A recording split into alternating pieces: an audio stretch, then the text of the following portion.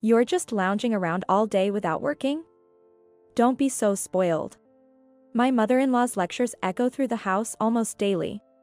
As I soothed my twin daughters, I was growing weary of my mother-in-law's constant nagging.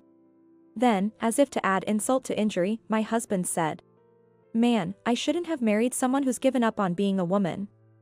I want to divorce." Something snapped inside me. I guess that's enough. It really is enough, isn't it? That day, I stopped trying. My name is Violet. I'm a 32-year-old stay-at-home mom. After 6 years of marriage to John and struggling to conceive, we were blessed with twins following fertility treatments. When I found out I was carrying 2 babies, I was so happy I cried. John was shocked by the news of twins but was overjoyed. I believed that once the children were born, fun-filled days would follow. I never doubted that happy days were waiting for us. But reality was not so kind. Wah. Oh, hold on a sec, Lily, I'm just changing Rose's diaper. While I tend to Rose, Lily starts crying. Wah. Next is Rose, huh? I'll give you yours, as soon as I'm done with Lily's milk. When I'm attending to Lily, Rose starts to fuss. Phew. Rose finally fell asleep. Wah. Ah. When Rose sleeps, Lily wakes up, and when Lily sleeps, Rose wakes up. Why can't you both just sleep at the same time? Taking care of twins is overwhelmingly busy. When one calms down, the other starts fussing.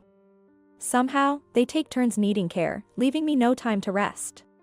What day is it today? What day of the week? Is it day or night right now? When did I last sleep? Oh, I've only eaten a single piece of bread today. Days go by where I lose track of time and date. I often fall asleep while feeding them, dropping the bottle in the process. I thought I understood how hard it is to care for even one baby. Still, I think to myself, if it were just one instead of twins, maybe it would have been easier. Before the children were born, my husband used to be more attentive. He researched and bought various parenting gadgets. He seemed like he would become a hands-on dad. But that anticipation turned out to be an illusion. My hopes were dashed. A husband who does nothing was what I was left with. Hey, where's my dinner? As I'm taking care of our daughters, my husband, who is watching TV and playing with his phone, demands his meal. Sorry, I didn't have time to go shopping. Can you go buy fast food or something? I apologize profusely as I continue to busy myself with the children. My husband frowns in displeasure. Huh? You're telling your husband, who's tired from work, to go buy his own food? To eat something instant? You're the worst wife. Spitting out those words, he stormed out of the house. The door slammed shut with a loud bang. Again. He's probably going out to eat. A few hours later, he'll return slightly tipsy and startle the kids awake by loudly announcing, "The Lord of the Manor is back." Hey, girls. It's Daddy. I'm no longer surprised by this routine. This has been my husband's behavior since the twins were born. Stop it. They had just fallen asleep together. Wah. Just as I feared, they woke up. Sure enough, the loud voice of my husband woke the children. In times like these, I resort to the double cuddle technique. It's still manageable because they're small, but what will I do when they get bigger? Despite waking them, my husband complains, "So noisy. Why are babies always so loud?" as he heads to the bathroom. It's your fault. I glared at my husband while holding both kids, but he was completely oblivious to my anger. It's been 2 months since the twins were born. Not once has my husband helped with childcare. He rarely even holds them, let alone change diapers or bathe them. He's never even fed them milk. Every day when he comes home from work, he just plops down on the sofa. He lounges and lazes around as he pleases. I don't even have the time to complain, my days are a whirlwind of activity. Yet, my husband's demands are relentless. Where's dinner? What is married couple? The saying children are a bond between parents feels like a cruel joke. It makes me want to cry. But I don't have any time for tears. Because before I can shed a tear, the twins start crying. I thought life would be fun once the kids are born. But the unexpected wasn't just limited to my husband. "Violet, are you there?" The intercom rings, and upon answering, my name is called out loudly. As if it's not obvious I'm here if I'm answering the intercom, right? "You made me wait quite a bit. Were you trying to ignore me?" "I was just changing a diaper and couldn't leave." "I wasn't ignoring you." "We'll see about that. My in-laws' house is just a 10-minute bike ride from our apartment. Since the children were born, my mother-in-law has been coming over almost every day. And she never forgets to bring her complaints. Look at this mess. It's like a garbage dump. I'm sorry, I haven't had a moment to tidy up." Unsorted laundry had taken over the sofa. Garbage bags missed on collection day are piled up by the entrance. The kitchen with a pile of unwashed dishes. And the floor is strewn with baby gear. I managed to keep the area around the children clean, but the rest of the space might as well be a dump. Really, what's with wives these days? Neither working nor managing the household, what are they doing? Muttering under her breath, my mother-in-law inspects the house as if conducting a review. "Come on, don't keep the babies cooped up at home. Go out to the park or something." And like that, we were practically chased out, the children and I. Pushing the stroller, I can't help but sigh with every step. Being criticized for not keeping up with household chores, but there's nothing I can do. After all, I'm raising twins all by myself. No, that's not right. It's not just the children. I'm also taking care of my husband. A big reason why the household chores aren't getting done is because of my husband. And then, my mother-in-law says something unbelievable. "Violet, maybe it's time you started working?" You've got to be kidding, right? How does she expect me to work? Normally, infants can be placed in daycare from 2 months old, but there's no such facility near us. Even if there were, there'd be no openings mid-year. And on top of that, there are twins. Getting a spot for one is hard enough, let alone for both. It's just not possible. So, I can't work. Yet day after day, my mother-in-law repeats the same thing. "Don't be lazy, go get a job. Housekeeping is a wife's duty. Keep the house clean since you have babies. Your husband's job is physically demanding, so make sure you prepare nutritious meals." I'm sick of hearing it. My husband is bad enough, but my mother-in-law is the same. She occasionally helps with cleaning, but generally does nothing. She comes over every day, only to inspect the house and list her complaints. Then, after briefly playing with the kids, she leaves. What's the deal with that? To be honest, I want to scream at her not to come. But, exhausted from taking care of twins, I no longer have the energy to argue with my husband or mother-in-law. Oh, my parents in heaven. Please watch over, no, not me, but my daughters. Wishes to my deceased parents end up being for my daughters rather than for myself. I'm back now. Despite everything, the occasional walk does provide a change of scenery. Even though it was brief, going outside after so long felt good. The kids seemed happy too, in their own way. "You're back late, aren't you?" "I'm sorry. Weren't you the one who told me to go for a walk?" But being the timid person I am, I couldn't say that, it wasn't even for that long. After the mother-in-law left, I was suddenly overwhelmed with fatigue. As these hectic days continued, and the children were about to turn 3 months old, an incident occurred. Or rather, something was revealed. I was doing some cleaning, or rather, organizing clothes for a seasonal change. While checking my husband's suit pockets before sending them to the cleaners, I found it. A receipt. From what's commonly known as a shady motel. A receipt from a motel in my husband's pocket? My mind went completely blank. In the end, I just stared at it dumbfounded until the children woke up and started crying. What is this? I confronted my husband with it as soon as he got home. He was momentarily surprised by what I showed him. But he just casually said, "Ah, that," without offering any apology. "Who did you go with?" "Yeah. So, you're cheating?" "Yeah, something like that." "It's not something like that." Furious at his repetitive responses, I yelled, and he slammed his hand on the table. I flinched. "Shut up. A woman who's given up on herself has no right to nag. What's that supposed to mean? Have you looked in the mirror lately?" You've aged so much I sometimes wonder if I'm living with an old woman. How can you say that? I've been too busy with childcare. There it is, the useless woman who blames everything on her kids. There are plenty of women out there who manage childcare, housework, and work perfectly well and still look great. What about you? You can't even clean or cook properly. You're just using the kids as an excuse to slack off. To deflect from his cheating, my husband turned the argument towards my shortcomings. Those women can do it because they have support from their families. You don't help at all. You're the one who wanted kids. I never wanted them in the first place. That's cruel. You said you wanted them too. You were happy when we found out I was pregnant. I forgot about that. His harsh words made my vision blur. Why do I have to be treated this way? Maybe I'm not the perfect wife or mother. Maybe I have let myself go. But I've tried my best. The 1-month and 3-month checkups for the twins, vaccinations, they were all incredibly hard to do alone.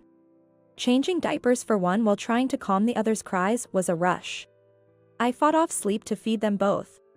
I cleaned as best I could, considering the children's health. As for my husband's meals, sure, I might have cut corners, but I barely eat properly myself.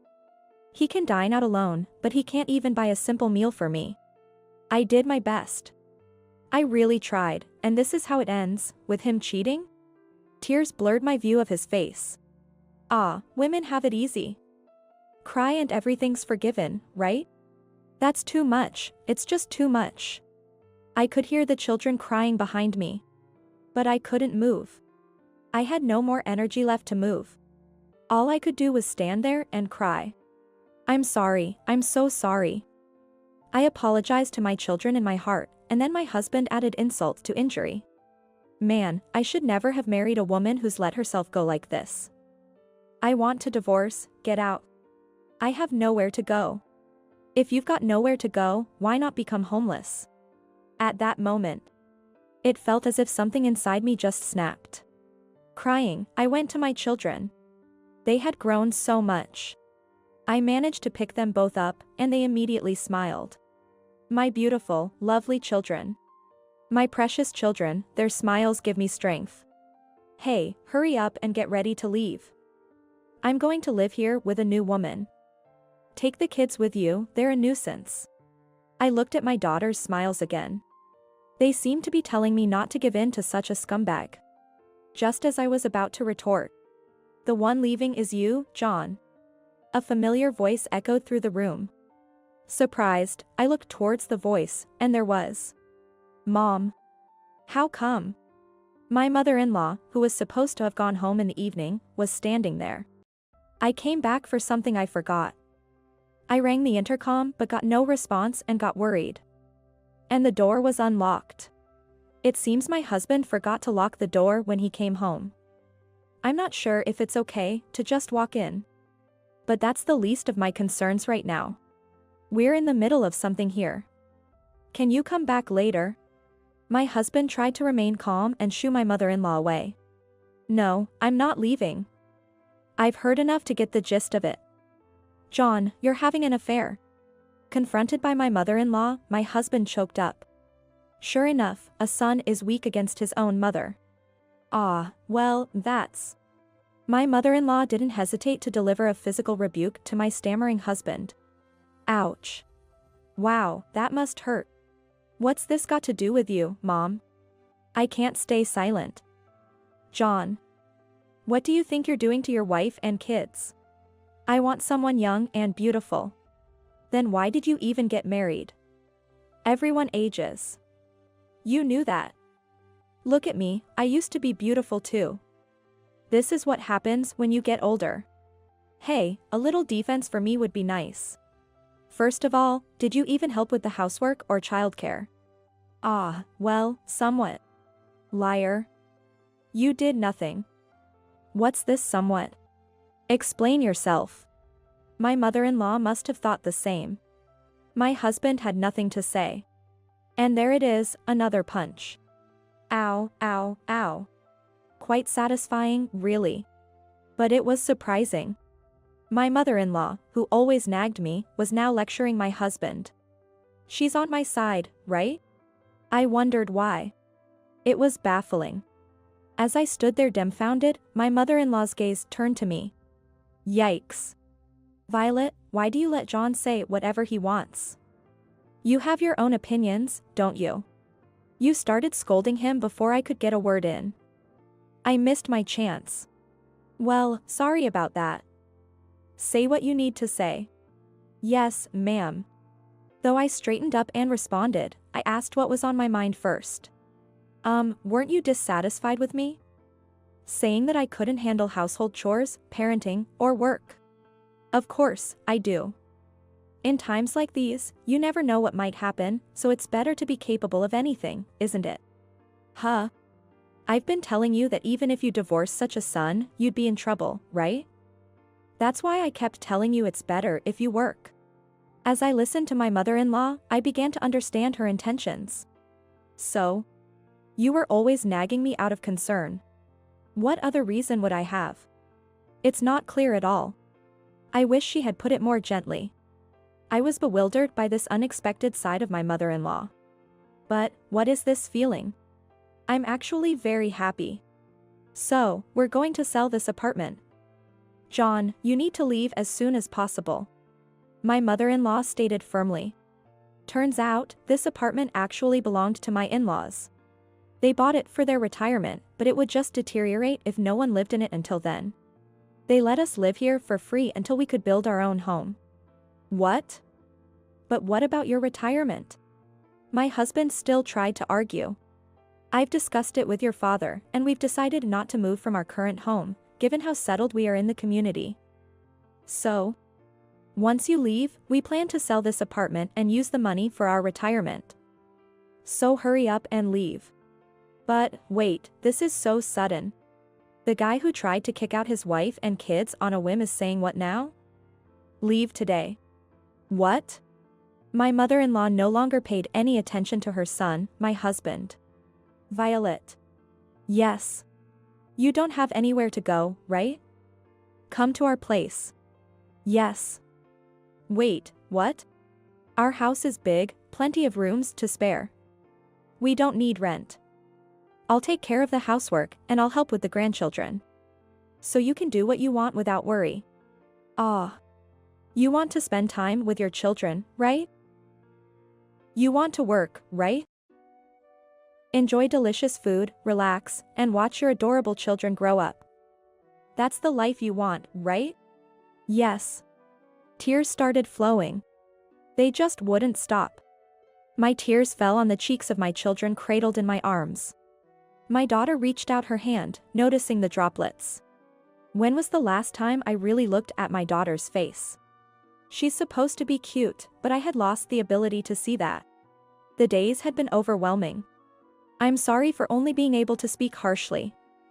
I'm an old-fashioned woman. Even though I understand, it's hard to change. I nodded silently to my mother-in-law's words. My husband and I were truly happy to have you as our daughter. We were over the moon with the twins' birth. That's why I ended up being so harsh. I'm sorry. No. Thank you for worrying about me. I'm really happy to hear your kind words. My mother-in-law gently placed her hand on my tear-streaked face. It was incredibly warm. You've done well. I really think you've tried your best. So it's okay, now. You don't have to try so hard anymore. Yes, yes. My mother-in-law's words push me forward. I guess it's okay, now. It really is okay, isn't it? Today, I decided to stop trying so hard. So, I accept the divorce. From this point on, we're strangers. Goodbye. Oh, and make sure you pay child support. Since you admitted to cheating. I'll be expecting alimony as well. What? No, actually about the divorce. A man shouldn't back out of what he said so easily. Yes, ma'am. When I stood firm in the divorce discussion, taking a cue from my mother-in-law, my husband straightened up. I don't need a husband who doesn't help with housework or childcare, lacks compassion, and shows no love for his family. My mother-in-law nodded vigorously to my declaration of cutting ties. John, we're selling this apartment. Violet and the kids will stay with us. You can go wherever you want. What? Can't I go back to your house too? My husband looked pathetic, clinging to hope. My mother-in-law and I exchanged glances and then turned to my husband, saying no way, together. After that, my ex-husband John, turns out his affair partner was married too, and her husband found out, leading to a huge mess. With the alimony to me and child support, plus the alimony he owes her, he's struggling financially. His salary isn't that high to begin with. His life must be pretty tough now. He's living alone in a rundown apartment, surviving on cheap instant noodles every day. Apparently, my former in-laws are turning him away whenever he comes crying to them. The kids and I are living peacefully at my in-laws' house. I honestly felt conflicted about relying on them. But my mother-in-law said, "You're the mother of our beloved grandchildren. Even if you're legally a stranger now, you're an important person to us. Forget about the family registry. You're our precious daughter. Don't hold back." My quiet father-in-law listens with a smile. I'm filled with gratitude towards them. Come on, instead of crying, why don't you take the kids out for a walk? I'll prepare dinner and get the bath ready. Thank you so much. My mother-in-law smiled warmly. I realized that the usual park had unknowingly transitioned into the blooming season. I've been spending my days looking down, being careless. Now, I've finally managed to lift my head. Children's faces light up with broad smiles among the fully bloomed flowers. Parenting will surely continue to be filled with challenges. But with these smiles, I'm confident we can overcome them. I'm sure we'll be able to keep pushing forward. Beneath the fully bloomed flowers, I spread my arms wide.